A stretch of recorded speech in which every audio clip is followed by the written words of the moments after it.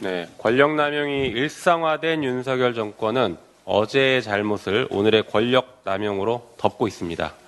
국민의 심판을 호되게 받았지만 아무것도 달라지지 않았습니다.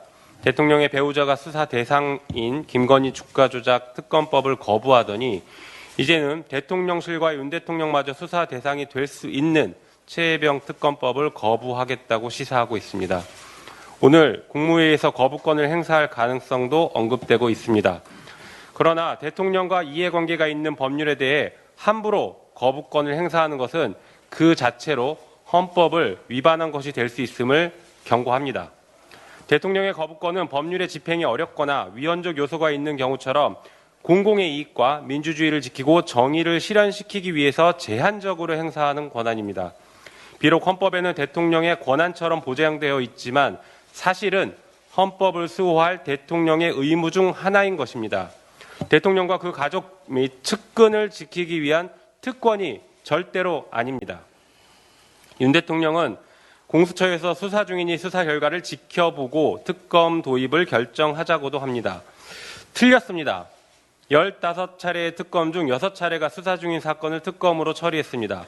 오늘의 윤석열 대통령을 만든 최순실 국정농단 사건도 검찰의 수사 중인 사건이었음을 다시 알려드립니다.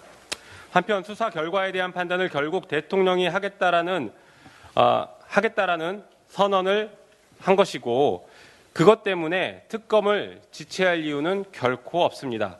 이미 대통령실이 최혜병 사건 수사를 무마하려고 했다는 정황이 나오고 있는 마당에 공수처의 수사를 무마하려는 시도를 하지 않을 것이라고 믿는 국민은 없을 것입니다. 게다가 공수처장 후보에 대해 연일 불거지는 비리 의혹을 보더라도 제대로 된 수사를 기대하기 어렵습니다. 여론조사에 따르면 국민 65.2%가 특검이 필요하다고 응답하고 있고 67%가 21대 국회에서 마무리를 지어야 한다고 합니다. 이번에도 거부권을 행사한다면 윤 대통령은 더 큰 정치적 고립을 자초하게 될 것입니다. 오얏나무 아래서 각근을 고쳐매지 말라는 말이 있습니다. 이원석 검찰총장이 김건희 여사에 대한 수사를 서울중앙지검장에게 지시하자 갑자기 서울중앙지검장이 교체되었습니다. 나아가 수사지휘부도 전원 교체되었습니다. 설사 우연이라도 이미 대통령이 수많은 의심을 받고 있는 상황에서 이런 인사를 단행하면 안 되는 것입니다. 민생은 관심 없고 라인 사태는 수수방관하는 대통령이 유독 검찰 인사만 정광석과 같이 단행했습니다.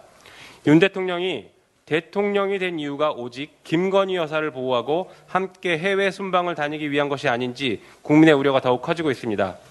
이번 총선에서 주권자는 윤석열 대통령을 정치적으로 심판했습니다. 겸허히 그 민심을 받아들여 국정기조를 전환하기 바랍니다. 필요한 정치적 책임도 져야 합니다. 그렇게 하지 않으면 민주당은 국회의 권한을 최대로 활용해 국민의 심판을 이행할 것입니다. 이상입니다.